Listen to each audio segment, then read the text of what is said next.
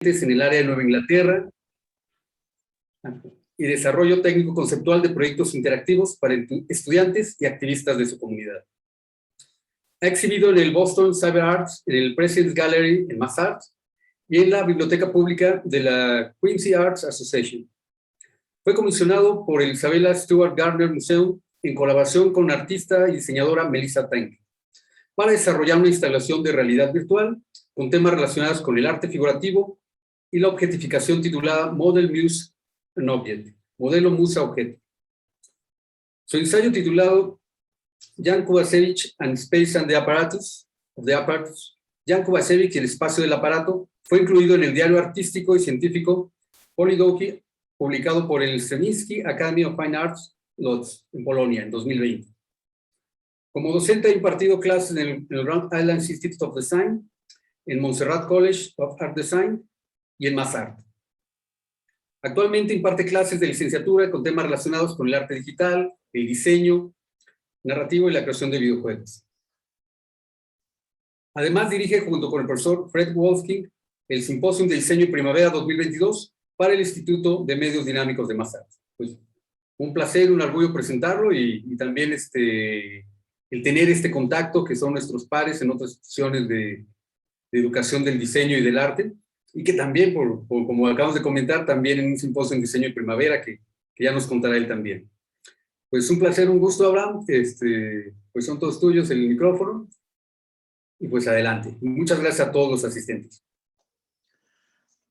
Gracias, profesor. Qué gusto, qué honor. Muchas gracias por invitarnos y qué padre poder tener esta conversación. Una de las cosas buenas que han sucedido, que ha sucedido en estas épocas de pandemia es que nos hemos dado cuenta que podemos tener más enlaces en línea y a pesar de las distancias poder platicar y conversar. Con su permiso voy a poner mi pantalla para poder enseñarles algunas imágenes y hablar un poco de mi práctica.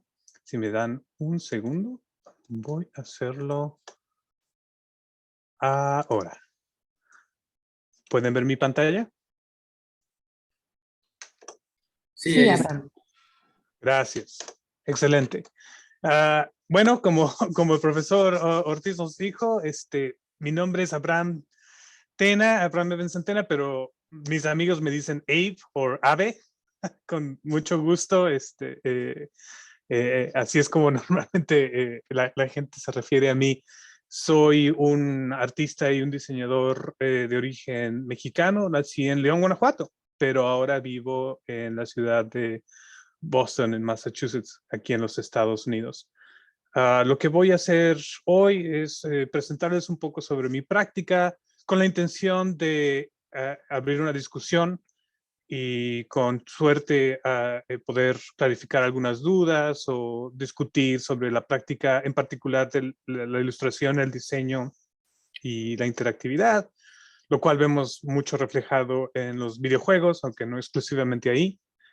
Les invito a todos a hacer preguntas abiertamente en el momento que ustedes quieran. Si ven alguna parte de la presentación que les llame la atención, tengo el chat abierto, y esa es una buena forma de presentar, de hacer sus preguntas.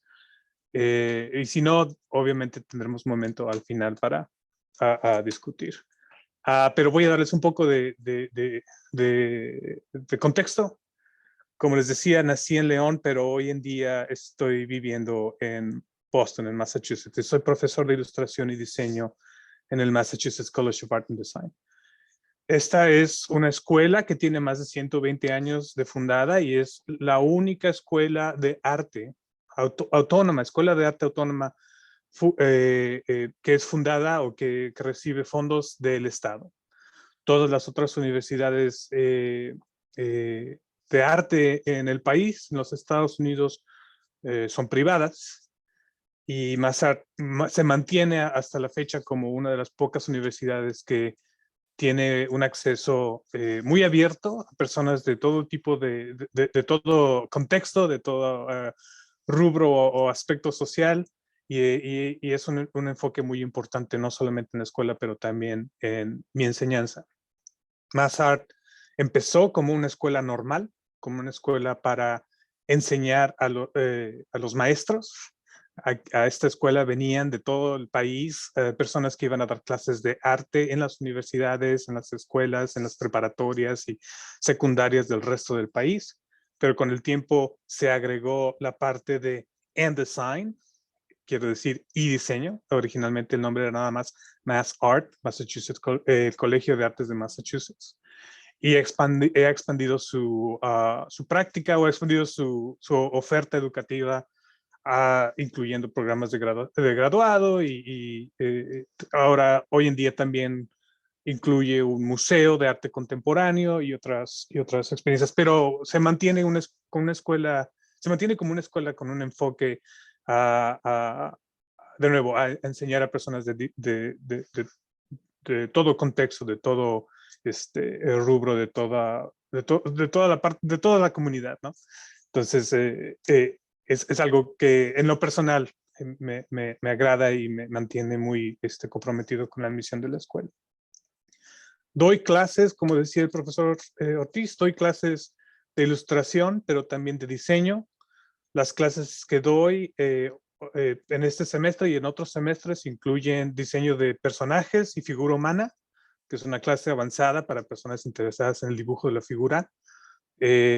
Fundamentos de diseño de juegos, que incluye juegos de video, pero también juegos análogos e incluso juegos para correr en el kinder, ¿no? Salir al recreo a jugar, ¿no? Y con un enfoque educativo. Y también doy una clase de pintura digital que utiliza obviamente programas de edición de bitmaps como Photoshop, pero incluye también 3D y otras aplicaciones.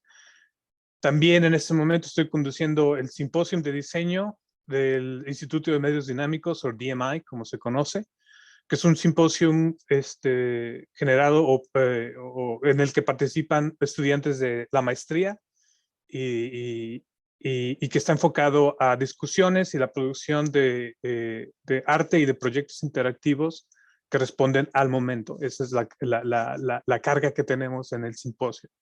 Lo cual significa que estamos hablando, como ustedes se imaginarán, mucho sobre vivir una vida virtual o una vida híbrida en persona, remoto, y utilizar las tecnologías, pero también tener una posición crítica hacia las tecnologías para entender cómo se forman los constituyentes, cómo se forman las audiencias, y todo esto dentro del marco de un simposio, ¿no? Entonces,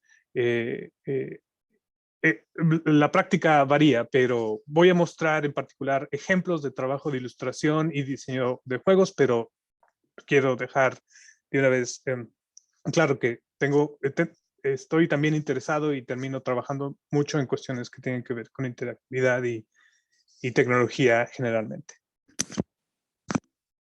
Pues con su permiso voy a mostrarles algunos trabajos de ilustración y práctica en general.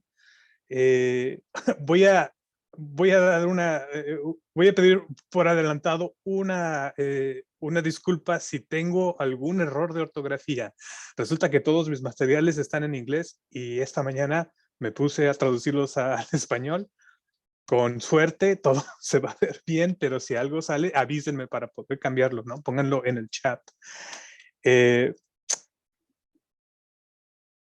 Creo que de manera, lo más relevante o lo que definió en gran parte mi trabajo fue ser artista de concepto para Pearson Education y eventualmente diseñador de juegos. Para aquellos que no saben, el artista de concepto dentro de un videojuego o de otras producciones como la cinematografía, el teatro, es una persona que tiene como cargo el analizar una historia, recibe una narrativa, a veces un guión, a veces un libro, a veces algo, e interpreta la historia usando imágenes, con la intención de inspirar a otras partes de la producción a hacer su propia versión o en su propia disciplina también responder al texto. Entonces, yo recibía por parte de escritores un guión y hasta la fecha trabajo esto ahora de manera independiente, pero tengo un par de días a veces un par de horas para responder con una pintura digital solamente porque es más rápido, pero una pintura digital y llevarlo a juntas de producción para que la gente sepa más o menos a qué le tiran, ¿no? Cuando están pensando en animación, cuando están pensando en diseño de vestuario, cuando están pensando en diálogo, cuando están pensando en música, otro tipo de cosas, ¿no? Y esto empezó, la verdad, desde pequeño. Creo que algo, y creo que es algo que a personas en León en particular y en Guadalajara también a lo mejor pueden sentirse o pueden relacionar, recordar o relacionarse. No sé cuántos de ustedes van a la Feria del Libro de León, Feria del Libro Internacional, Feria Internacional del Libro en León. Pero mis recuerdos más importantes de la infancia, yo creo que los que realmente definieron mucho de lo que hago es ir a la feria del libro. Mis papás me daban, no sé, 100 pesos y compra todos los libros que puedas, ¿no? Llegar a la casa a leerlos y ahí empieza lo artístico porque mi cosa favorita era leer un libro y luego imaginar los personajes y dibujarlos. Desde los 8 años es así como que lo que siempre hice. Y he tenido la fortuna de poder hacerlo hoy en día, ¿no? Entonces, estos son ejemplos de pinturas rápidas que se hacen para la producción. Esto es un poco más complejo, pero lo mismo, el trabajo funciona básicamente igual. Yo recibí un script o un guión o algo por el estilo y tenía que hacer una pintura para que el resto de la producción pudiera entender el trabajo. En particular, estos proyectos, yo trabajé para Pearson, que es una compañía multinacional que se dedica a la educación y tiene varios proyectos, pero creo que este es lo que más fácil puedo mostrar porque pertenece a una página de internet o un proyecto dentro de Pearson que está abierto al público. Se llama poptropica.com. Algunos, sobre todo los más jóvenes, en algún momento a lo mejor pudieron jugar el juego en línea. Fue uno de los varios proyectos en los que participé, pero como está abierto y puede ser accedido incluso hoy en día si vas a esa página, es fácil mostrar este tipo de imágenes. Pero me tocó trabajar en juegos, por ejemplo, de matemáticas, ¿no? ¿Cómo podemos enseñar a los chicos matemáticas utilizando videojuegos? Bueno, entonces se me daba un guión o se me daba se me sesión para pensar en alguna cuestión visual y eventualmente de diseño para resolver esas cuestiones o esos problemas. Esto es también arte de concepto. Creo que algo que define mucho el arte de concepto si lo comparas con la ilustración más tradicional, sobre todo para publicaciones, es que tiende a ser muy rápido. Dependiendo del trabajo que hagas, una ilustración puede tomarte, por ejemplo, para un libro para niños puede tomar 6 meses, 1 año, incluso 2 para producir completamente. Pero el artista de concepto no siempre tiene esos privilegios. Realmente el artista de concepto debe sacar el trabajo lo más rápido posible y obviamente debe ser un trabajo bueno, generativo, que produzca una respuesta de toda la producción. Entonces, existe un balance entre tener buen detalle, buena descripción de la luz, la forma, el concepto, el color, pero al mismo tiempo hacerlo de una forma que no pare la producción. Incluso esto también aplica a personajes. A veces me tocaba, por ejemplo, este es un ejemplo de un juego muy, muy tierno, muy ridículo también, pero lo digo en buena fe, donde estábamos tratando de hacer ¿cómo se llama? Un carnaval de monstruos. Carnival, perdón, estoy pensando en inglés. Y parte de lo interesante de este tipo de proyectos es que existe como que una modulación. Cuando hice todos estos bocetos una mañana antes de una junta, parte del trabajo es verlos en una pantalla grande, sentarse con el director artístico y decidir cuáles son apropiados o cuáles no son apropiados, cuáles dan mucho miedo o no dan lo suficiente. Y ese balance es una parte del trabajo, ¿no? Que se tiene que hacer y muchas veces el artista de concepto debe producir varias versiones, muchísimas antes de llegar realmente a una conclusión. De nuevo, si tienen alguna duda o comentario, por favor, pónganlo en el chat y con mucho gusto puedo tratar de resolver cualquier pregunta. Eventualmente mi trabajo empezó a cambiar y esto es algo que verán en producciones lo suficientemente grandes. La preproducción, el arte de concepto, diseño de personajes es solamente una parte pequeña de algo mucho más grande. Y un trabajo que empecé a tomar más en serio. Pedí permisos si tenía yo la oportunidad y se me concedió, de participar más en el diseño de interacción, o lo que en diseño de juegos diríamos es la mecánica, o el diseño de niveles, dependiendo del tipo de juego. Entonces, cambia mucho el trabajo porque ahora estamos creando diagramas y prototipos para crear una experiencia para el jugador que sea interesante y que cumpla con las metas, por ejemplo, metas pedagógicas, si fuese un juego educativo, o metas narrativas en un juego 100% narrativo. Entonces cambia un poco, más Illustrator, más diagramas, más incluso a veces juegos de cartas. Estoy mostrando obviamente imágenes digitales, pero muchas veces estos proyectos se desarrollan en papel con dados, ¿no? Simplemente utilizando el material que tengas a la mano. Y esto sería como que el camino, ¿no? Que llevamos, regresando un poco, primero el diagrama, con gráficas muy simples, pero creando una leyenda que los programadores pudieran seguir. Después un poco de arte de concepto, una imagen rápida para definir la producción y eventualmente la imagen final. En este caso, este tipo de trabajo usábamos muchas gráficas de vectores, porque esto era un juego en 2D. Y creo que podemos ver la diferencia, ¿no? Cómo se ve la imagen desde un diagrama hasta una pintura rápida con detalles muy poco definidos, y eventualmente a cómo el jugador experimenta. En este caso, este rectángulo azul que se puede ver es realmente el tamaño de la pantalla, así que estoy mostrándoles un escenario a nivel general. Y obviamente el diseño de props o de vehículos, de objetos, de cosas por el estilo, es parte importante, y es una cosa que vale la pena entender si estás interesado en este tipo de trabajo. El dibujo volumétrico, es decir, la tridimensionalidad, resulta importante, incluso si estás trabajando o enfocado a un estilo gráfico, un estilo plano, por ponerlo de una manera simple, porque en casi cualquier trabajo que sucede en tiempo, es decir, la animación, los juegos de video y otras cosas, los objetos tienden a rotar. Entonces, por ejemplo, saber dibujar un tren o aprender a dibujar un tren de un solo lado es interesante, pero es importante saber que debido a las necesidades de producción, eventualmente tendrás que dibujar el tren de frente, ¿no? Entonces, suena sencillo, pero es algo que noto a veces a estudiantes que están empezando, que tienen un interés en este tipo de trabajo.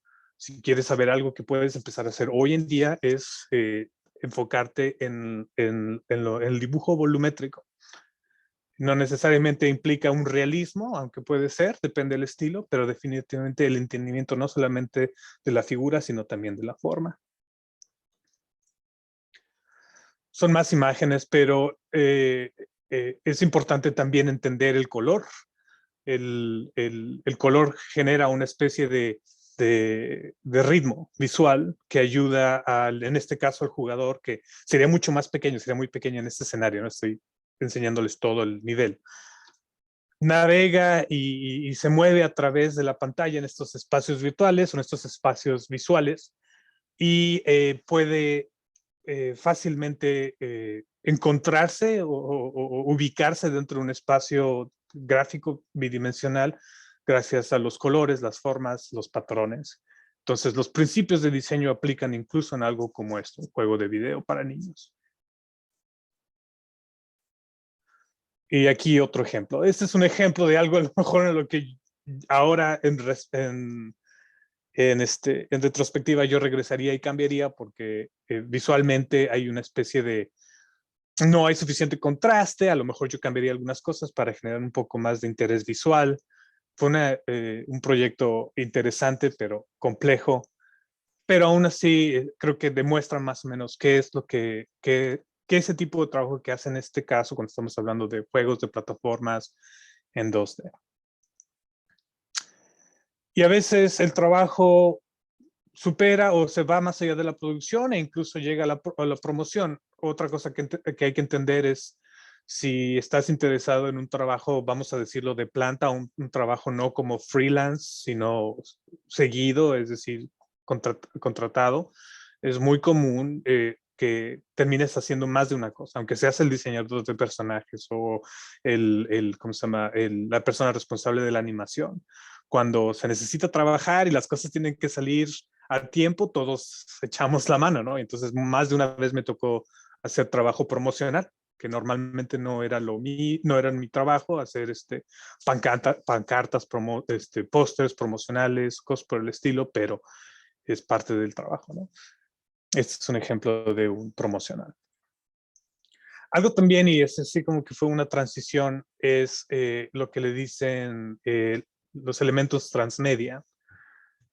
Poniéndolo de una manera muy simple, imagina una historia que se relata a través de tu medio favorito, vamos a decir un videojuego, una película o algo por el estilo. No todo el mundo, no todas las personas que estén interesadas en esta propiedad intelectual pueden acceder o están interesados en ese medio. Por ejemplo, los videojuegos. Hay muchas personas a los que les gustan los videojuegos, pero hasta la fecha las películas, por ejemplo, tienden a ser mucho más populares. Entonces, parte del trabajo de conceptualización es cómo podemos traducir o cambiar estos proyectos y llevarlos a otros medios. Y este es un ejemplo de cierta arte de concepto que creé o que producí para dárselo a ilustradores de un libro para niños basado en esta propiedad intelectual. Entonces la cosa cambia mucho, aquí es mucho más dinámico, hay más tiempo para los detalles, mucho más caracterización, simplemente porque en el medio del libro para niño, por ejemplo, el libro infantil, uno puede esperar que la audiencia está sentada, está abriendo el libro y realmente extrayendo o disfrutando todo el detalle combinado con el texto. Entonces, la estrategia visual cambia dramáticamente, pero mantiene o debe mantener cierta identidad. Estamos hablando en este caso, obviamente, de los proyectos de transmedia, que a hoy en día realmente se ha convertido en básicamente la fundación de todo trabajo de entretenimiento, pero no solo de entretenimiento, educativo, retórico en general. Mientras más puertas, vamos a ponerle así, mientras más puertas haya o exista para que la gente pueda entrar a los mundos narrativos, más chance tienes realmente o más oportunidades tienes de comunicar las ideas que quieres comunicar. Voy a dejar por ahora esto de Poptrópica y de los juegos de video que hice para Pearson. ¿Hay alguna pregunta hasta este momento? Quiero dar tiempo un poco para eso. ¿En qué software? Hoy en día trabajo mucho en Unity y otros programas de diseño de juego tridimensional. Pero en ese momento, este trabajo que te estoy mostrando, ahora todo fue Photoshop, Illustrator y pues mucho a mano. Hasta la fecha, obviamente, siempre llevo mi libro de bocetos y estoy dibujando a lápiz, sacando una foto o escaneando y lo llevo eventualmente a Photoshop o Illustrator. También Blender para 3D. Voy a enseñar ejemplos de 3D. Pero ojalá eso responda a la pregunta. ¿Alguien más? Bueno, continúo. ¿Crees que tener un estilo único y muy específico sea necesario para hacer trabajos así? Buena pregunta. En los trabajos de producción como estos, normalmente existe, y sobre todo si estás entrando, eres nuevo en el mercado, en la disciplina, existen ya estilos predeterminados, ¿no? Y lo que uno hace o lo que uno espera es entrar y afectar de manera positiva cambios al estilo predeterminado, que fue mi experiencia. Yo entré y se me dijo, tienes que dibujar así, y así dibujé, pero en unos 6 o 7 meses yo empecé a hacer propuestas y eventualmente el estilo cambió. Que es diferente a lo que sucede con lo que voy a mostrarles más adelante, que es trabajar como un freelance o como una persona independiente, donde la gente te busca por el estilo que tú tienes. Así que realmente depende de qué parte del mercado estás buscando. Yo trabajé como un trabajador de planta, vamos a ponerlo así, suena un poco extremo, pero como una persona dentro de la línea de producción por mucho tiempo. Y eventualmente decidí hacer un cambio precisamente por esto, precisamente porque yo quería trabajar en estilos diferentes. Esto fue interesante y divertido. Me siento orgulloso del trabajo que hicimos como equipo, pero realmente no es lo que yo quería dibujar el resto de mi vida, o pintar, o escribir, o hacer. Pero es una muy buena idea. Esa es una recomendación que puedo hacerles. Si puede, las personas que están interesadas en este tipo de trabajo, se aprende mucho, incluso en este tipo de trabajos donde uno tiene que sublimar un poco tu voz personal al principio. Se aprende bastante de cómo trabajar con otras personas, de crear el lenguaje necesario para discutir estos temas con personas de diferentes lados de la producción. Es muy útil. Eventualmente, has presentado dificultades al usar estilos distintos. Definitivamente, definitivamente. He tenido tantos éxitos como rechazos. Y creo que es algo importante que se tiene que saber en la ilustración, el trabajo creativo en general. Todo viene con la posibilidad del rechazo. Lo mejor es no tomarlo personal y entender que tu visión, la forma en la que tú planteas las cosas no son siempre lo que el cliente está buscando o lo que el momento requiere, ¿no? Esto quizás sea un buen ejemplo. Cuando dejé de trabajar para los videojuegos, mucho del trabajo que empecé a recibir fue como lo que le dicen desarrollo de personajes o desarrollo narrativo visual. ¿Qué significa? Este caso es una editorial quiere crear una nueva serie de libros para niños. En este caso era una serie de libros para niños que se basada en la historia de este personaje que es una niña vampiro. Esa es la idea, ¿verdad? Y tienen escritores y tienen diseñadores, pero lo que no tienen es lo visual. Entonces, se me contrata por cierto tiempo para diseñar la identidad visual. Se genera una especie de Biblia, ese es el término que se usa, la Biblia de personaje, donde existen todas las permutaciones y al final es lo que se decide utilizar para la producción en general. Y a veces se me ofrece participar en ella como artista de línea o como como ilustrador, por ejemplo, en este caso, libros para niños, o a veces tienen este estilo y es establecido para otras personas tendrán que dibujar así y ya yo me voy a otros proyectos. Y este es este ejemplo. Aquí estoy diseñando el personaje principal con su hermano, el hombre lobo, pero con tres estilos diferentes, relativamente diferentes, ¿no? Hay obviamente similitudes porque se me dio un guión y tengo que seguir el guión. Y al final se me ofrece producir algo que forme parte del estilo final, que es esto, lo que se produjo. Y yo en ese momento estaba en medio de otros dos proyectos, así que decidí no continuar con el trabajo de ilustración, pero ya estaba establecido el estilo y ese fue mi trabajo, no establecer el estilo. Esto es algo que es un trabajo que disfruto mucho, me gusta poder diseñar este tipo de cosas y seguir adelante, no tener que trabajar en esto únicamente por los siguientes 5 años. Pero a veces, si el proyecto es interesante o algo por el estilo, sí me quedo en el proyecto, pero si no, arte de concepto y me voy a hacer otra cosa. No sé si tiene sentido la diferencia que estoy describiendo aquí. Otra cosa también que ha sucedido es que se me llama para hacer trabajo promocional. Les gustan los personajes que hago, el estilo de humor, el estilo del humor o la estilización que utilizo y se me contacta para hacer algún personaje, por ejemplo, en este caso para un evento que se llama Fresh Media, que es un evento de trabajo de arte digital que se hace cada año. Entonces me dijeron, haz un personaje para utilizarlo en el trabajo promocional, lo hice a lápiz, lo traje a Photoshop y lo terminé ilustrando ahí. Y utilizo mucho mi dibujo en mis clases, a veces, o en la escuela. En este caso es un póster que hice, por ejemplo, para darle la bienvenida a las nuevas personas que estaban entrando al departamento de ilustración y pues dibujado de manera digital. Y afortunadamente he tenido la oportunidad de encontrar nuevos mercados, lugares en los cuales yo puedo hacer el trabajo que me llama la atención.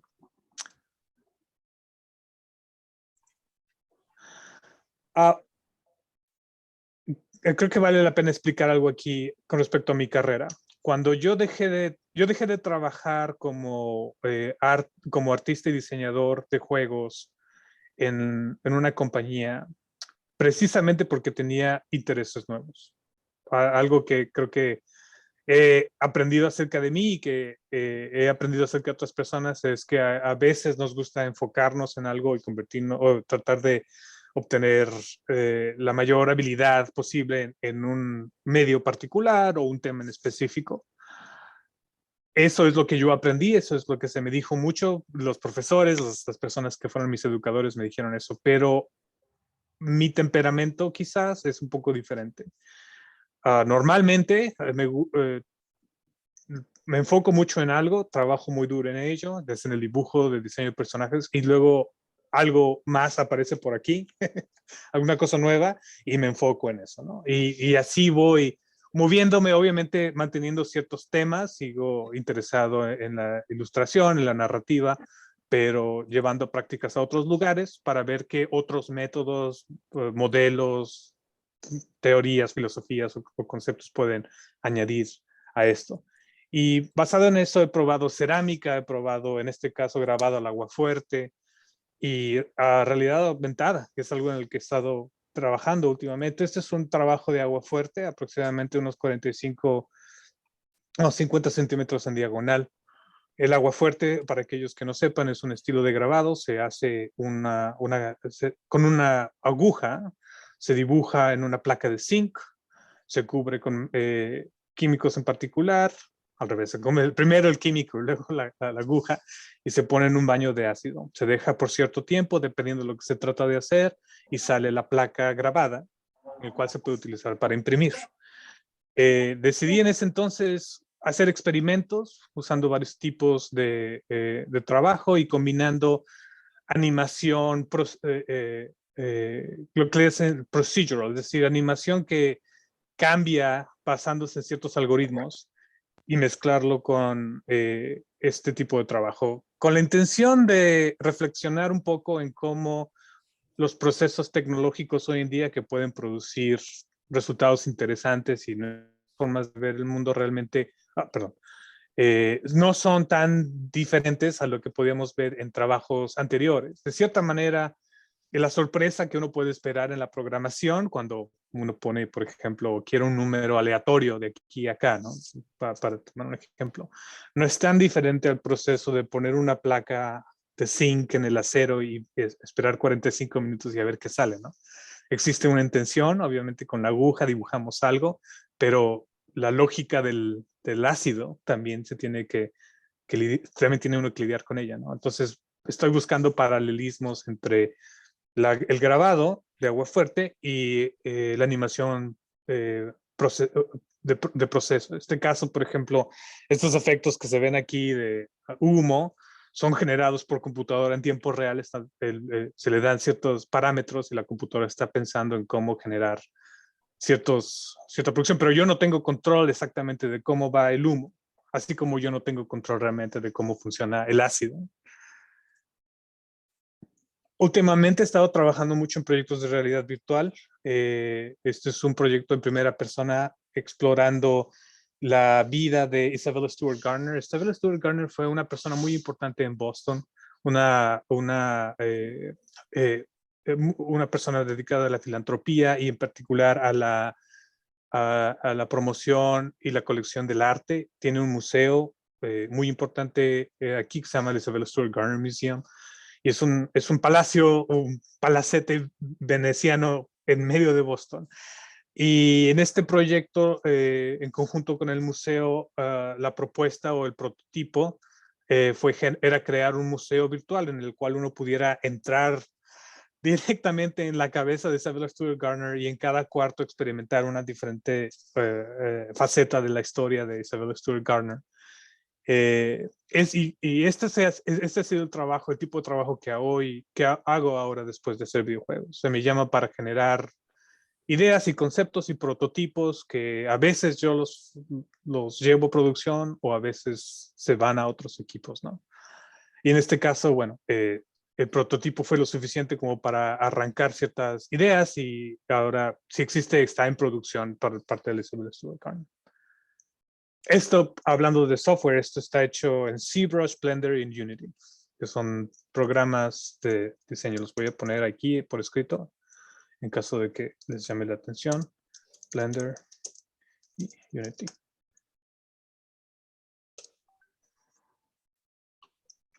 Este es un proyecto personal, pero que empezó como parte de la investigación del Centro de Medios Dinámicos, del Instituto de Medios Dinámicos, como parte de mi maestría.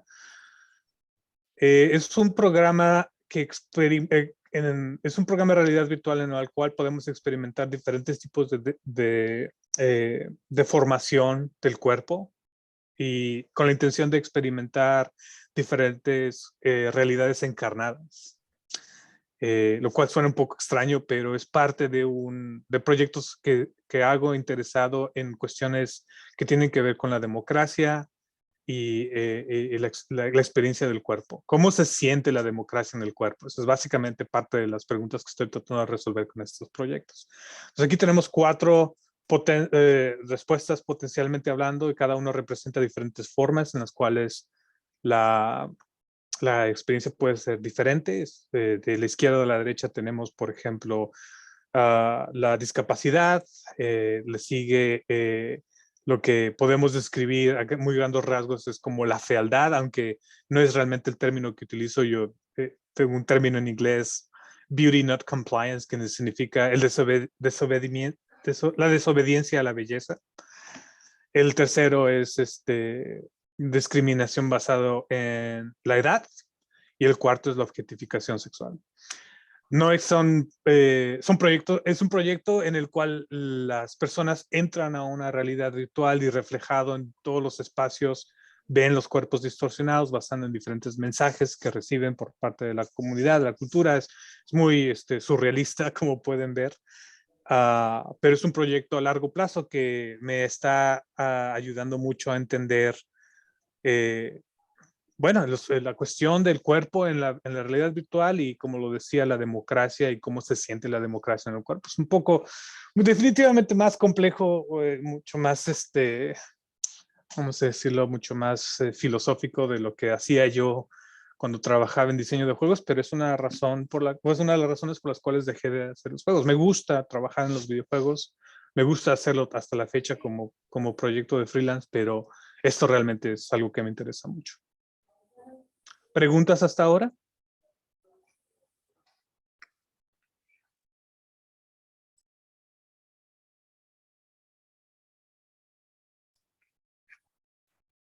Parece que no hablan. Adelante. Ok. Este es un proyecto que se hizo para el Elizabeth Stewart Gardner Museum. Y es un proyecto, o con el Museo de Elizabeth Stewart Gardner, que lo hice en conjunto con una colaboradora, Melissa Tang, que es del MIT, del Massachusetts Institute of Technology. Hicimos un proyecto de realidad virtual en el cual conducimos varias entrevistas grabadas en sonido con diferentes modelos que posan para clases de dibujo y pintura en la ciudad de Boston. Hicimos varias grabaciones y les hacíamos preguntas sobre su experiencia como modelos. Pues nos enfocamos obviamente mucho en el artista, la persona que dibuja al modelo, y el modelo resulta ser una persona que es representada, que es importante, que es central, incluso la más importante quizás en la representación, pero la cual no tiene la agencia que tiene el artista en el gesto, o el artista en el valor, la forma, el color, la composición. Así que en este proyecto imitamos una pieza muy importante, en realidad virtual, convertimos en algo en 3D, una pieza muy importante de John Singer Sargent, un artista representativo muy importante estadounidense, pero hicimos como unas alteraciones al cuerpo y creo que se puede ver, esto es en primera persona, y lo que sucede en esta experiencia es que si tocas diferentes partes de la pieza, empiezas a escuchar la voz de los modelos que posaron para las diferentes imágenes. Entonces te pueden, y parte importante de nosotros era no determinar qué es lo que el modelo quería decir, simplemente hacer preguntas y que las respuestas fueran completamente las que el modelo quisiera tener. Así podemos realmente tener una conversación franca sobre la objetificación. Vale dejar en claro que las experiencias son muy variadas. Algunos modelos adoran verse representados en pinturas, en dibujos, algunos simplemente lo hacen como algún trabajo. Y sí, algunos hablaron de experiencias negativas que tuvieron con artistas o con clases, algo por el estilo. Y obviamente aquí utilizamos realidad virtual como una forma de aproximar al artista, a la audiencia y al modelo, y colapsarlos en un espacio de diálogo. Este es parte del trabajo promocional que se hizo para el museo, y como estos hubieron otros componentes. Y simplemente para cerrar esta parte, hasta la fecha, a pesar de que trabajo en estas cosas más, no voy a decir filosóficas, pero estas cosas más inconclusas, pues es desarrollo, investigación, todavía trabajo mucho en juegos y cosas que tienen que ver más con lo divertido, lo interactivo, lo infantil. Este es un proyecto, y puedo mostrar en más detalle algunas imágenes si les interesa, en el que estoy trabajando con activistas del medio ambiente en Boston. Estamos tratando de crear una campaña donde utilizamos postales, pero tienen una capa de realidad virtual. Entonces pones tu teléfono enfrente de la postal y aparece la imagen, en este caso de las hadas. Este es lo que estamos proponiendo como la propuesta es diferentes parques, por ejemplo, o lugares que tienen resonancia ecológica dentro de la ciudad, tienen diferentes hadas escondidas y puedes verlas o encontrarlas utilizando tu geolocalización y también utilizando estas postales. Entonces, parte del trabajo en este caso es generar la historia, escribirla, también generar los personajes, pero también estoy muy involucrado en crear la tecnología. Estoy tratando de utilizar tecnología abierta que no cueste nada. Vamos a tratar de hacer que las postales sean totalmente gratis, porque todo esto es un trabajo de activismo social, ¿no? Enfocado al ambiente. Entonces todavía tengo mi oportunidad de hacer mis personajes, si se ven cute o tiernones o lo que tú quieras, pero en este caso tengo el privilegio, y es lo que he ganado gracias a la oportunidad de dejar la compañía y trabajar independientemente. Tengo el privilegio de trabajar en una misión que realmente me llena mucho, me interesa mucho. Estoy preocupado por las cuestiones de ambiente, y esto me realmente trabajar en eso. Y estos son los ejemplos que tengo para ustedes. Tengo algunas otras imágenes que mostrarles rápidamente con respecto a lo que sucede en mis clases, pero quiero detenerme aquí por un momento y abrir nuevamente a preguntas o discusión, y saber si les interesa ver un poco del trabajo de mis alumnos.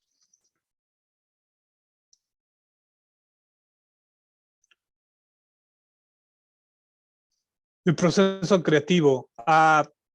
Yo soy, gracias por la pregunta, realmente soy una persona muy enfocada a la narrativa.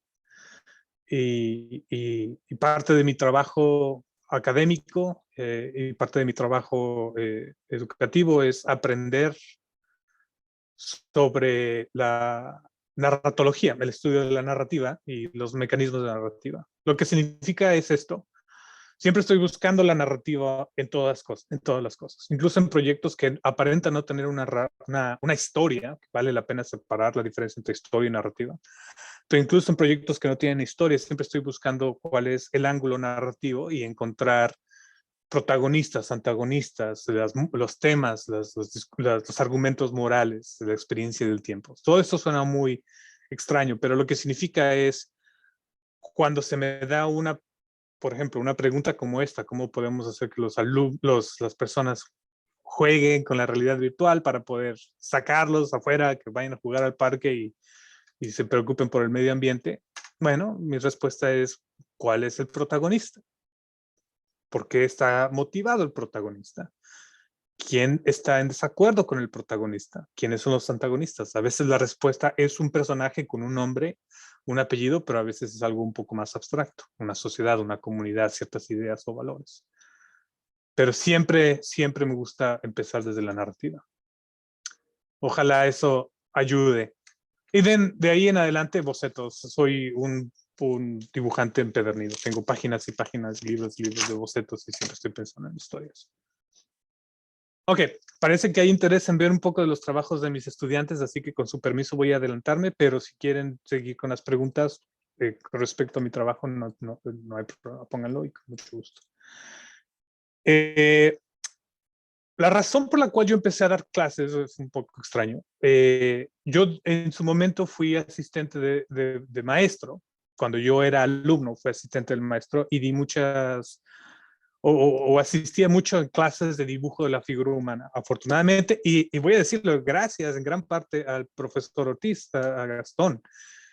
Siempre he tenido la facilidad del dibujo. Yo tomé clases con el profesor Ortiz en mi preparatoria, así que gracias. Si no lo he dicho antes, lo digo ahora. Muchas gracias. Di clases de dibujo de la figura humana y eventualmente, mientras estaba yo trabajando tiempo completo como diseñador de juegos y de personajes en particular, se me acercó la directora de la carrera y dijo, tenemos un problema. Tenemos alumnos que están yendo a clases de dibujo académico, como lo puedes esperar, ¿no? Como a lo mejor ustedes van y están dibujando la figura, pero no entienden la relación que existe entre el dibujo académico y el diseño de personajes. Entonces, podríamos generar una currícula, un poco de clases al respecto, cómo conectamos las dos cosas, porque no entiendo, y yo mismo no lo entendía cuando ella me dijo, es que no se entiende, y dije, bueno, ¿qué vamos a pensar? Y de ahí empezó un proyecto muy largo, me tomó un par de años, en desarrollar técnicas e ideas que relacionaran las dos cosas. Entonces empecé a hacer figura humana. A todos aquellos que estamos interesados en figura humana es importante seguir practicando, no importa qué. Y yo siempre trato de ir a dibujos de figura humana, aunque sea una vez a la semana, si puedo más. Pero en lugar de dibujar de una manera académica, lo que empecé a hacer es dibujos con estilización, ¿no? Entonces ahí está el modelo y en lugar de dibujarlo como aparece, estoy pensando y estoy escribiendo y estoy tratando de estilizar y encontrar nuevas formas de analizar. También me remonté mucho a la Bauhaus y a la escuela de diseño, a las escuelas de diseño de la República de Weimar para pensar en las formas de abstracción que pueden existir al cuerpo humano.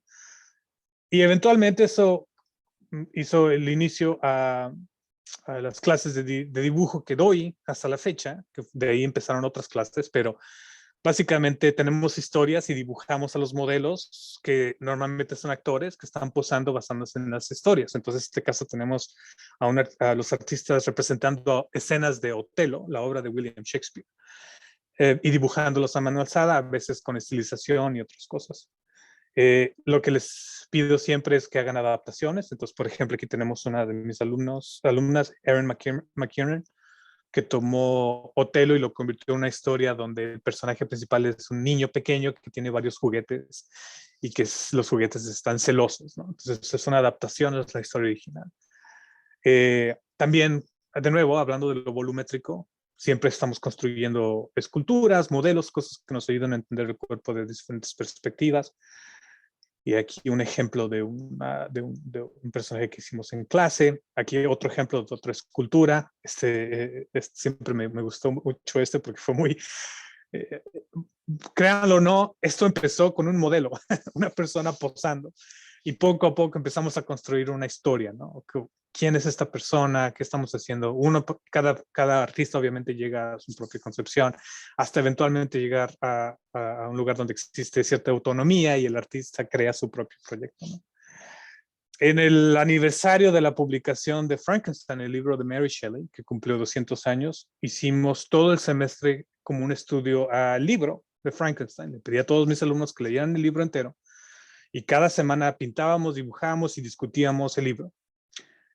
Afortunadamente, este fue un tema que llamó la atención en el Wentworth Institute of Technology, es una escuela que está cerca de MassArt, que se dedica exclusivamente a la tecnología, pero como estábamos interesados en la bioquímica, lo bioético, la inteligencia artificial como parte de nuestras discusiones de clase, se nos invitó a exponer trabajos en el Instituto de Tecnología de Wentworth, Wentworth Institute of Technology. Y fue un momento interesante porque en la recepción, por ejemplo, teníamos artistas con sus dibujos discutiendo con científicos. y tratando de entender el punto en medio, ¿no? Donde se conecta la tecnología, la narrativa y el arte. Esta es una adaptación. Otra cosa que es importante también en mi trabajo es adaptaciones que tengan sensibilidad cultural. Este es el trabajo de Nina Su, una estudiante de origen vietnamí, que tomó la historia de 20.000 leguas de viaje submarino, que fue el libro que leímos ese semestre, y hizo adaptaciones y lo convirtió en una exploración de la colonización, pero de un aspecto en reversa, donde en lugar de ser una historia acerca de la expansión colonial de Inglaterra en el 1800, se convirtió en una exploración sobre una historia alternativa sobre qué hubiese pasado o qué pasaría si, ¿cómo se llama? No hubiese habido los problemas culturales que hubo durante el comunismo en China. Entonces es muy interesante ese tipo de debates que tenemos en clases, y obviamente todo esto eventualmente se convierte en portafolios que los alumnos utilizan para sus graduaciones. Hacemos mucho trabajo de ilustración digital. Este es un ejemplo de un póster utilizando Illustrator. Y en este caso, haciendo un póster, les pido a cada una de estas personas, que es una escuela muy global, entonces hay personas de diferentes partes. Entonces les digo, piensa de dónde vienes y haz un póster promocional para el lugar de donde vienes, y tu trabajo es mostrárselo a alguna autoridad o persona dentro de ese lugar para ver si se puede adaptar. Y creo que en este caso eso es lo que pasó. Sarah Egan hizo el trabajo y lo presentó a la comunidad de donde ella viene, Bridgewater, y se utilizó como parte de pósters en la casa de gobierno, creo que fue. Mucho trabajo también tiene que ver con storyboarding, hacer historias. En este caso creo que iniciamos todo con la idea de algo grande cayó del espacio, o algo grande cayó del cielo, y cada un estudiante interpreta eso de su propia manera y construye una historia, ¿no? Este es otro ejemplo, también digital. Muchos estudiantes están en 2 o 3 programas, o están tomando clases en diferentes programas. Este es un ejemplo de una persona que está en animación, pero toma clases de ilustración. También sucede que personas de diseño toman ilustración y viceversa, así que es muy multidisciplinario en ese aspecto. En la clase de diseño de juegos hacemos mucha énfasis en la mecánica, pero también producimos cosas, objetos a mano, utilizando cortadoras láser y routers y no sé qué más. Aquí tenemos un juego de mesa del artista Anna Rodman. Otro storyboard, en este caso basándose en un libro de Annie Dillard, Las Memorias de Annie Dillard, una escritora estadounidense. De nuevo, el estudiante tiene que tomar una historia y hacer varias representaciones, en este caso usando pintura digital. Este es otro ejemplo de Alex Lewis, del año pasado, de hecho, interpretando la misma historia, pero les muestro las dos para que vean la diferencia, ¿no? La diferencia de personaje, de estilo, de punto de vista. Créanlo o no, estas dos imágenes están basadas en la misma historia. Esta de Katie Carpentier en el 2019, y esta de Alex Lewis en el 2021. Siempre me sorprende qué tantas versiones existen de una misma historia. A veces me gusta mucho incluir los temas de construcción de cosas a mano. Aquí tenemos el libro del no, le llamamos a este ejercicio, donde los estudiantes pueden escribir una historia, la que ellos quieran, pero tienen 2 requisitos. Número 1, tienen que ser el libro a mano, y hacemos algunos demos. Y el segundo es que la historia tiene que tener sentido, pero en cada página tiene que haber la palabra no. Entonces hay que escribir alrededor de estas limitaciones. Esto fue para el Rhode Island Institute of Design, RISD, y es una escuela que tiene un acervo de materiales con respecto a la publicación impresionante. Tienen trabajo increíble. Es un gran privilegio de repente dar clases ahí, porque podemos ver libros hechos a mano de artistas que realmente son inspiradores, ¿no? Que realmente inspiran al alumno, perdón, y que producen trabajo interesante. Este es otro ejemplo del mismo ejercicio. Entonces, de nuevo, el mismo ejercicio produciendo diferentes ideas. En el juego, en la clase de diseño de juegos, empezamos con juegos análogos, juegos de mesa, juegos de carta, a veces incluso juegos, lo que le dicen aquí, schoolyard games o juegos de recreo, donde no hay material, simplemente salimos a jugar al parque. Y hay diferentes formas de hacer esto. En este caso empezamos el proceso tomando un juego de video y lo tenemos que convertir en un juego de mesa. Después de convertirlo en un juego de mesa, se expande con una temática diferente. Entonces, en este caso, la artista Joe Cossey tomó un juego que se llama FTL o Faster Than Light, es un juego de recursos, lo convirtió en un juego de mesa y lo transformó en un juego de piratas, donde varios piratas van y exploran el mundo. Y esos frijolitos representan el aceite utilizado en la exploración del mar. Y es una forma de discutir la polución, la contaminación de los mares por tantos barcos que utilizamos para traer cosas de aquí para allá. Eventualmente esto se traduce a un juego en línea. Entonces, por ejemplo, aquí tenemos los trabajos de Melissa Santos, MJ Hodgson y Steven Spencer. Este juego Sardinia, de hecho puede ser jugado en línea. Permítanme un segundo en caso si ustedes lo quieren jugar. Está en inglés, pero quizás les llame la atención. Voy a poner el nombre si algún día les interesa jugarlo. Es un juego narrativo. Entonces, este es un ejemplo de un juego 100% narrativo con texto e imágenes y sonido. Entonces, poco a poco vamos construyendo de algo muy de tecnología muy básica, un juego de mesa, nos vamos a narrativo, pero sin la complejidad que requiere algo más avanzado. Y sí, eventualmente nos vamos a algo como, por ejemplo, el juego de Darius Sarabrova, Oriati, que este es un juego de plataformas. Lo mismo, si les interesa ver el juego y explorarlo, tratamos de poner todos los juegos en línea para que la gente pueda jugarlos en su parte. Los voy a poner en el chat en caso que les interese jugar por su cuenta. Y estos juegos, en caso de que no lo puedan ver, estos juegos sí son, ¿cómo decirlo?, en tiempo real. Los personajes se están moviendo y la gente salta y se mueve y no sé qué más. Entonces es una forma de aprender a programar también. Creo que es bastante importante que los artistas, particularmente los artistas digitales, estoy jugando en este momento, el personaje está saltando, que los artistas digitales entiendan este espacio interactivo y los juegos es una gran manera de aprender a hacer esto.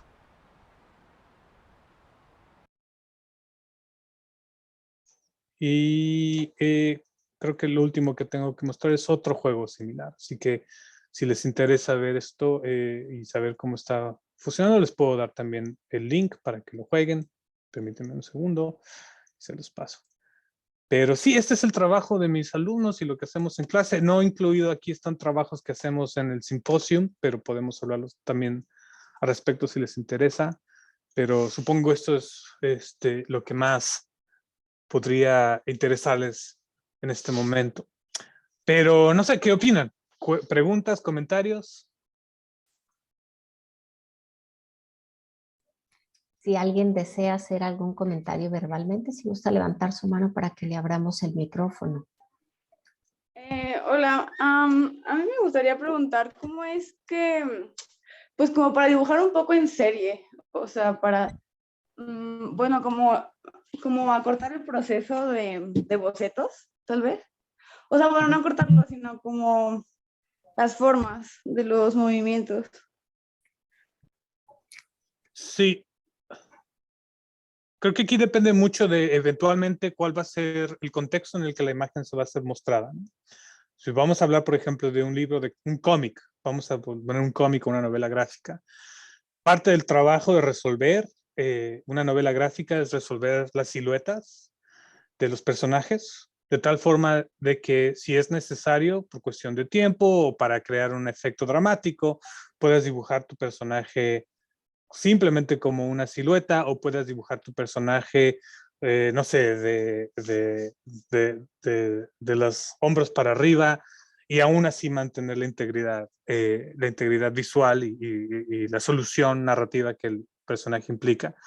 Cuando estamos hablando de algo como un videojuego tridimensional o un diseño de vestuario para una película o algo por el estilo, yo soy de la idea de que vale la pena apenas se pueda abandonar lo plano y avanzar a una técnica tridimensional. Y afortunadamente es más fácil que nunca empezar a hacer trabajo análogo o digital. Puedes usar plastilina de polímero, que es muy maleable, o puedes usar programas tridimensionales como Blender, que es un programa tridimensional gratuito que cualquier persona puede bajar y que puede ayudarte a crear personajes en 3D. Una vez construidos en 3D es fácil rotarlos, animarlos y hacer lo que sea necesario. Pero creo que lo importante en este caso es resolver el problema narrativo primero, en lugar de enfocarse 100% en el detalle, 100% en todos los elementos finales. ¿En qué momento tu diseño ya está resolviendo el problema narrativo? ¿En qué momento la forma, la figura, los colores, los elementos funcionan bien? Yo siempre le digo a mis alumnos, piensa en Carlitos, Charlie Brown y Snoopy, personajes que cargan grandes problemas narrativos, son personajes que son muy tiernos y muy divertidos, pero si te pones a leer las historias, son bastante complejos y aún así son bastante sencillos. Depende del contexto, pero creo que mantener siempre en la cabeza que estamos tratando de resolver un problema narrativo, no solamente decorar el cuerpo. Creo que es a veces el reto que tienen muchas personas que quieren entrar al diseño de personajes, a tener un cuerpo y decorarlo.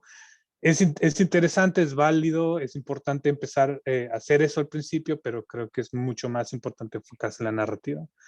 ¿Esto ayuda en algo? Sí, muchas gracias. Y creo que la parte de 3D como que pienso que podría ser viable pues sí, porque es más fácil, ¿no? Diferentes ángulos y movimientos, pues ya todos en la máquina. Bueno, y piensa que un poco puede ayudar mucho. Es decir, no es necesario que una escultura en 3D resuelva todos los detalles, todos los elementos para que sea útil como referencia para tus dibujos en 2D. A veces lo más difícil es el escorzo o a veces lo más difícil es la perspectiva, ¿no? Y para resolver un problema como eso no es necesario no es necesario esculpir cada uña del dedo, ¿no? Con que puedes esculpir una mano lo suficientemente viable y en proporción, con eso puedes resolver muchos problemas en 3D. Va, gracias. Con gusto.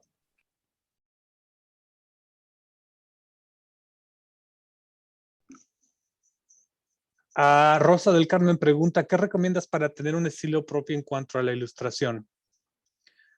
Yo soy de la idea de que el estilo emerge orgánicamente. Yo sé que es algo que a lo mejor han escuchado en un pasado.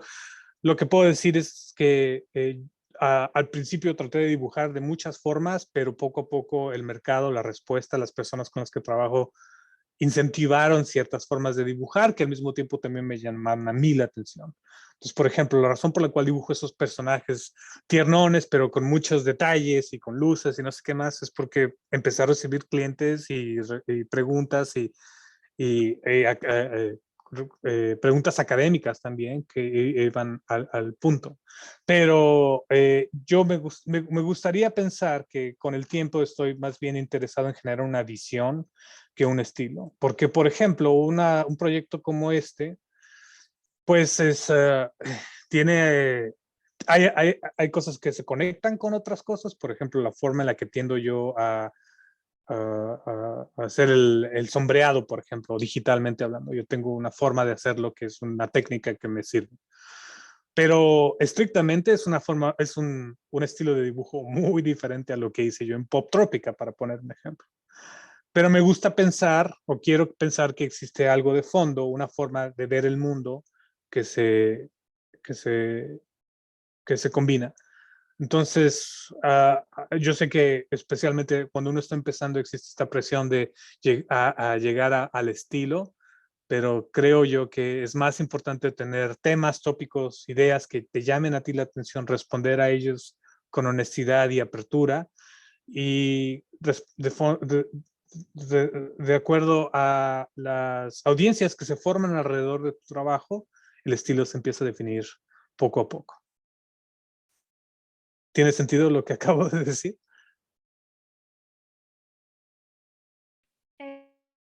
Sí, sí. Muchas gracias. No, con gusto. Ana dice, me interesó mucho tu estilo. Gracias, Ana. Es algo que está en eterno desarrollo. Creo que cualquier artista podría decir lo mismo, ¿no?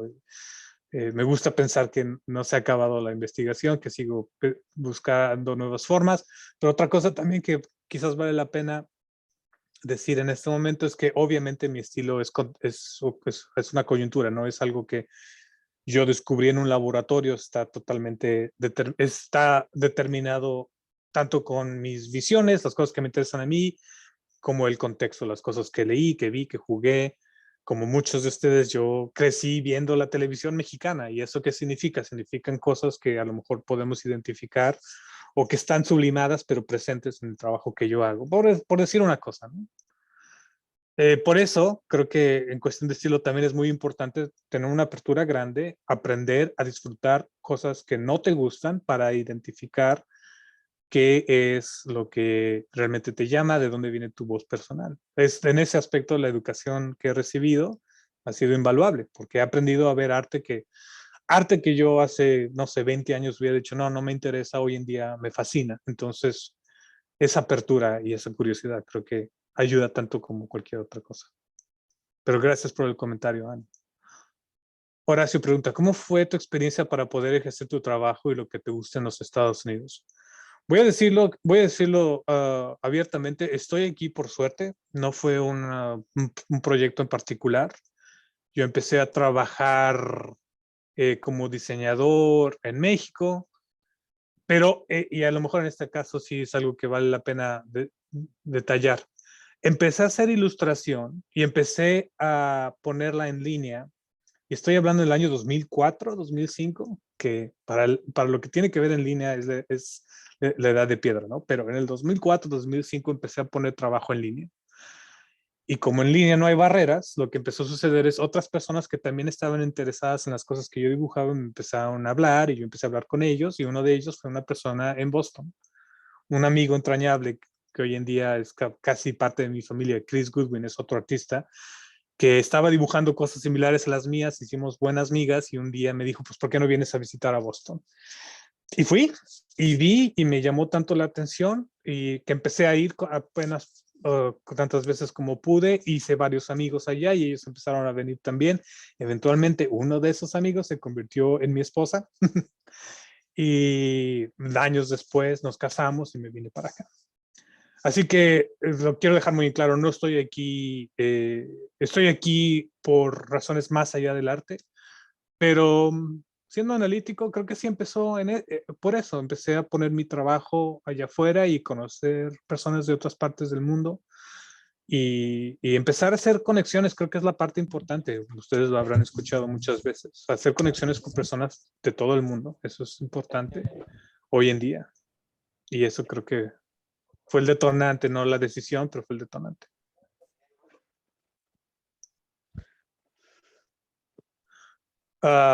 Ojalá, Horacio, eso haya respondido tu pregunta de cierta manera, pero puedo expander.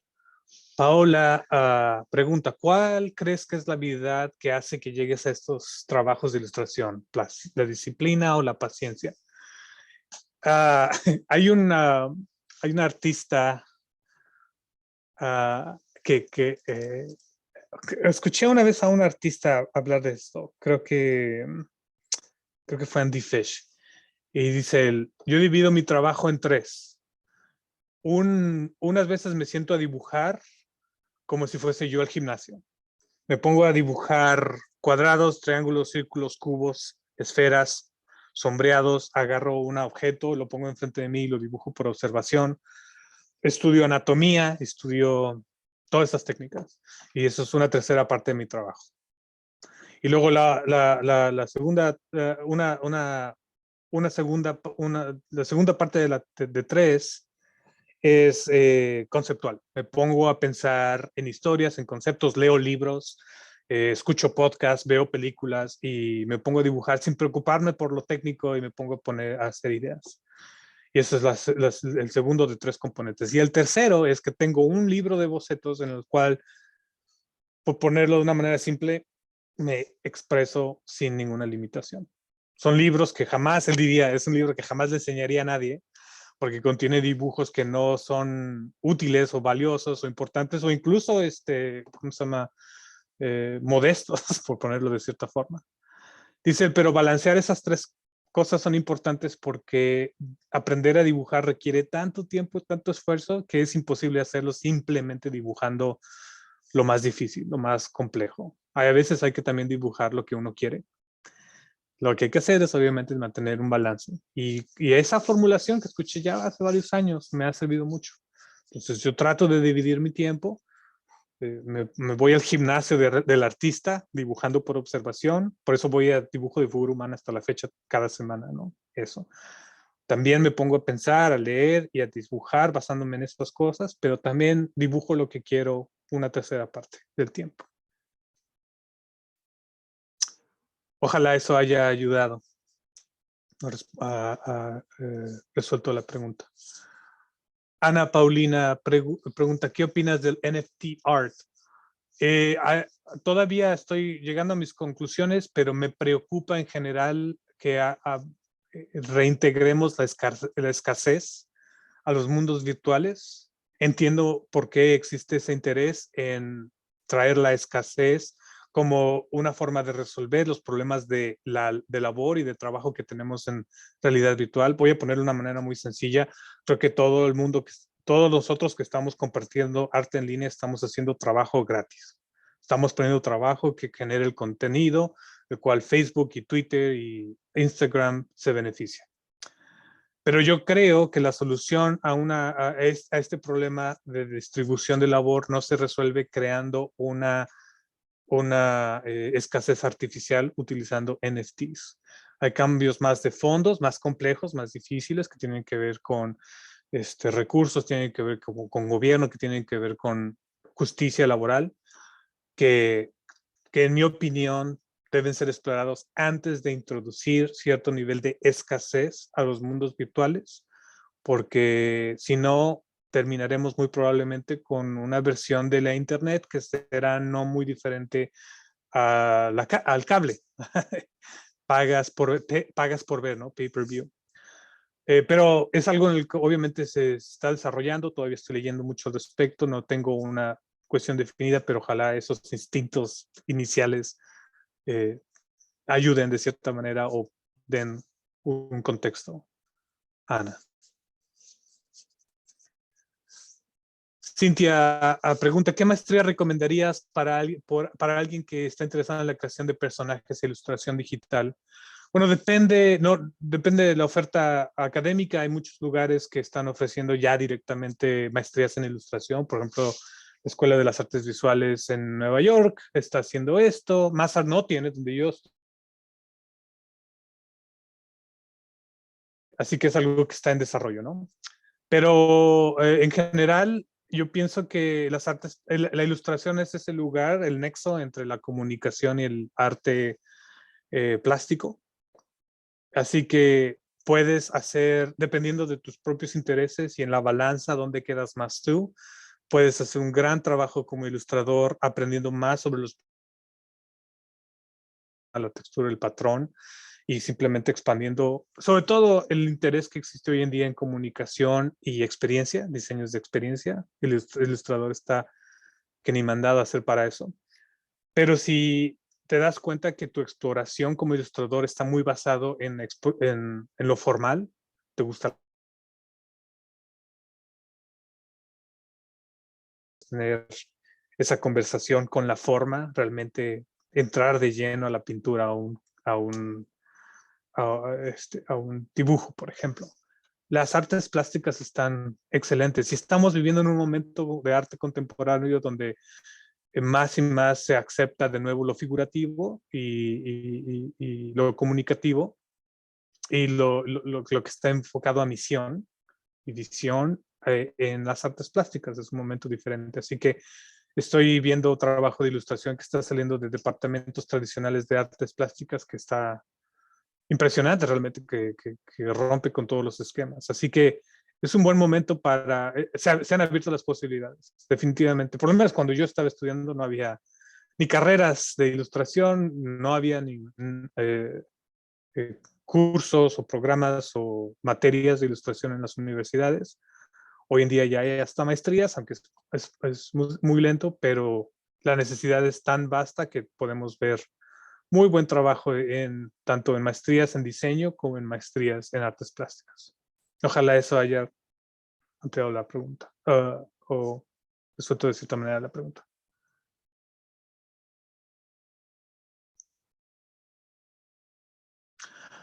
Laura Elena pregunta, ¿qué recomiendas a los alumnos observar, analizar ahora en relación a la identificación de oportunidades laborales en esta área y sobre todo para desarrollar habilidades y discursos que abran puertas laborales futuras? Laura Elena, estoy asumiendo que tiene que ver con el diseño de juegos. Si ese es el caso, estamos llegando a un punto donde diseñar un juego es como hacer una pintura. La mejor manera de entrar al mundo de la pintura es pintando. Es una pintura. Hace 20 años te hubiera dicho que la mejor manera de ser artista de videojuegos es hacer arte y eventualmente entrar a una compañía que hace juegos, pero tú eres un artista. Ya no es así. Yo hoy en día hacer arte para videojuegos requiere que el artista tenga un entendimiento más profundo de la teoría detrás del diseño de juegos y que por lo menos juegue juegos y los entienda a un nivel crítico. Pero si quieres poner una gran impresión como una persona interesada en el diseño de juegos, incluso si estás interesado solamente en el diseño de personajes, te puedo decir hoy en día que entrar con un portafolio que incluya un videojuego, no nada más un dibujo de un videojuego, pero el videojuego de hecho es necesario y afortunadamente se ha vuelto más fácil que nunca en hacer videojuegos. Puedo recomendar que vean o que exploren Twine, que es una herramienta que utilizo mucho para diseño de juegos narrativos interactivos. Es gratis. Pueden encontrarlo en la página twinery.org. Desafortunadamente todo está en inglés, pero creo que existen versiones de tutoriales en español. Y puedes hacer un videojuego sin necesidad de aprender mucho de programación, que para muchas personas resulta ser lo que les prevé, ¿no? O se les dificulta. Pero hoy puedes hacer juegos en Unity, puedes hacer juegos en Unreal, puedes hacer juegos en Godot, puedes hacer juegos en RPG Maker, puedes hacer juegos de todo tipo. E incluso un juego de mesa puede ser una gran experiencia, aprendes mucho, entiendes la relación entre el arte y las mecánicas de los juegos. Y te lo puedo decir, las personas que hoy en día están contratando en este rubro estarán mucho más impresionadas que si ven otra página con personajes nada más paradas una enfrente de otras. Vale la pena, es importante, pero yo pienso personalmente, y a lo mejor estoy equivocado, pero en mi experiencia, tomar ese paso más adelante. Si quieres trabajar en videojuegos, así como si quisieras trabajar en pintura, haces una pintura, haces un videojuego. Así que, aunque sea sencillo, pero conociendo de fondo el proyecto, creo que vale la pena.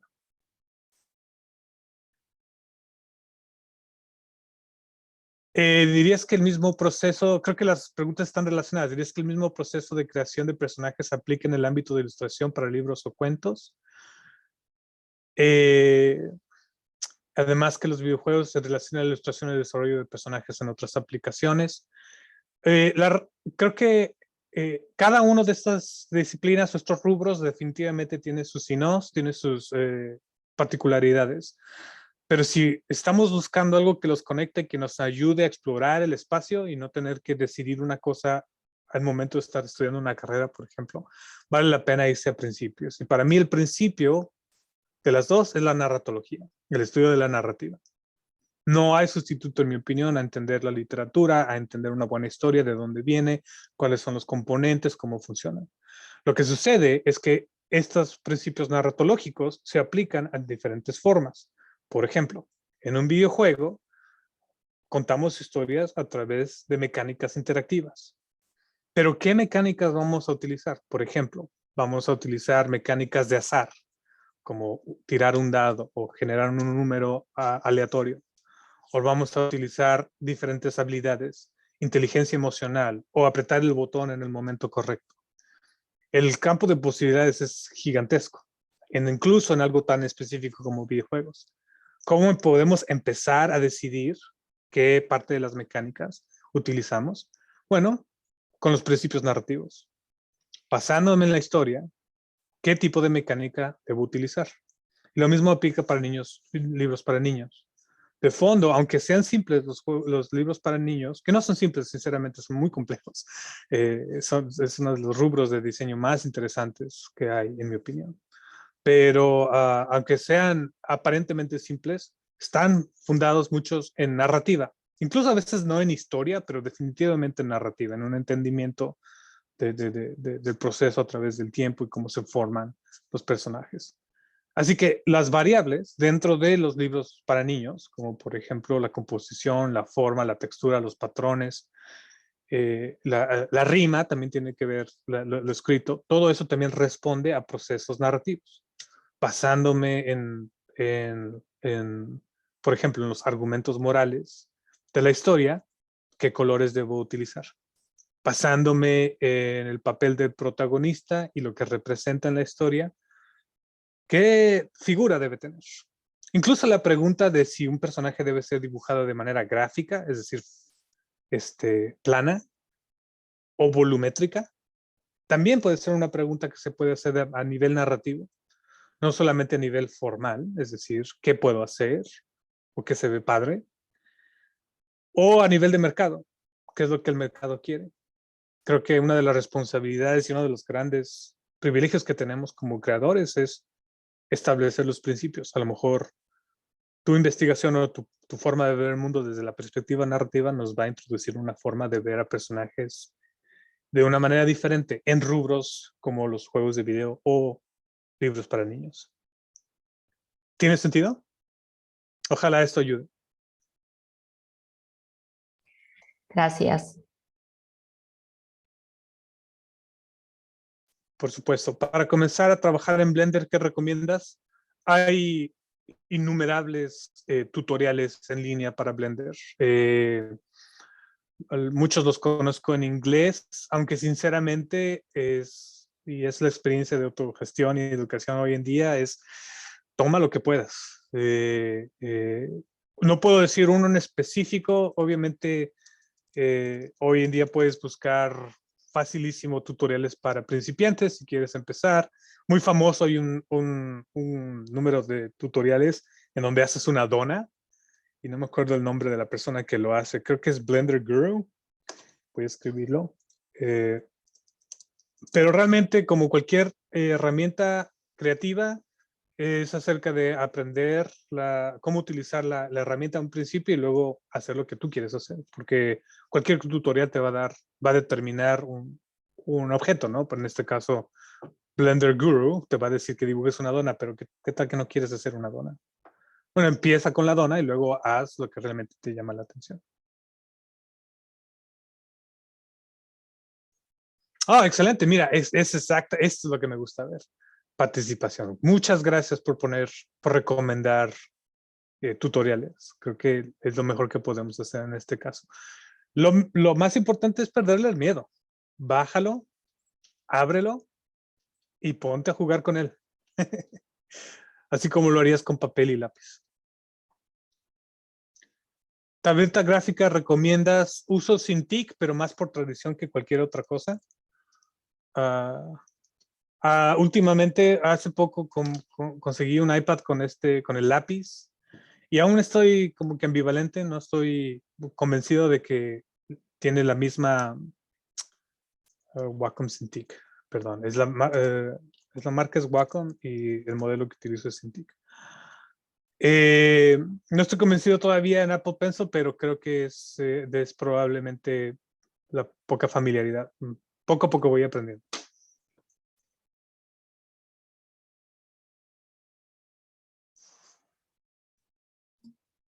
¿Alguna otra pregunta? Bueno, ¿tienen alguna otra pregunta? ¿Alguien desea participar incluso con su micrófono abierto? Ok. Bueno. Pues Abraham, te agradecemos mucho lo que has compartido, tus consejos, tu experiencia. Creo que también haber mostrado el trabajo de tus alumnos ha sido muy interesante. De verdad estamos muy agradecidos con esta disposición que has tenido para ser tan abierto en esta charla. Gastón, te cedo un momentito la palabra. Gracias, muchas gracias. No, pues nuevamente agradecer. Así que gracias infinitas por todo, por compartir sobre todo y por tener esta visión amplia de lo que es la parte formativa. A veces como que tenemos contacto con profesionales del medio y se enfocan mucho a ese ejercicio profesional. Entonces agradecerte que tú tienes este panorama tan amplio de lo que es la parte formativa, la parte de la industria, la parte de estar dentro de los estudios, la parte de ser freelance, de trabajar, de generar proyectos propios y la parte social incluso, ¿no? Lo que nos comentabas, esta cuestión con los activistas, yo creo que fue un panorama muy amplio para estas áreas. Y bueno, pues reivindicar que lo importante también hay da esa importancia a la narrativa, a esa parte conceptual, teórica y no únicamente de la plástica, la parte de la ejecución, del desarrollo y la técnica.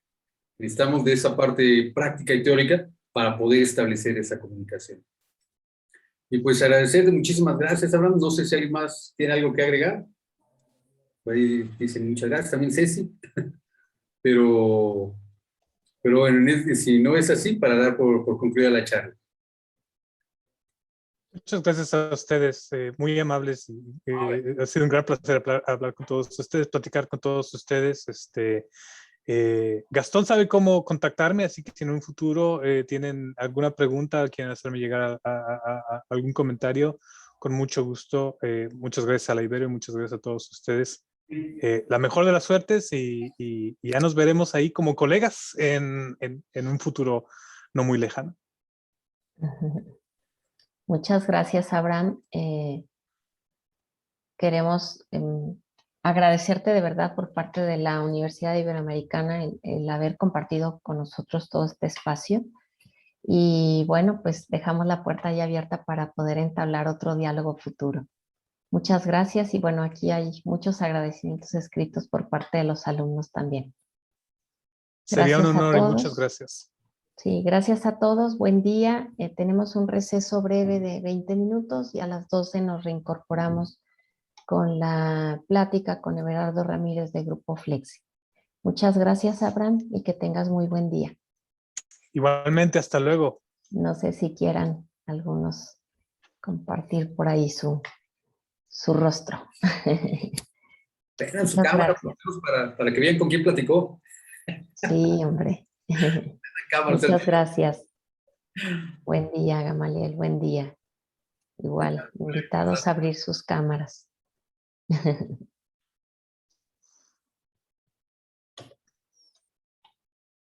Gracias a todos y buen día. Nos reencontramos en un momento.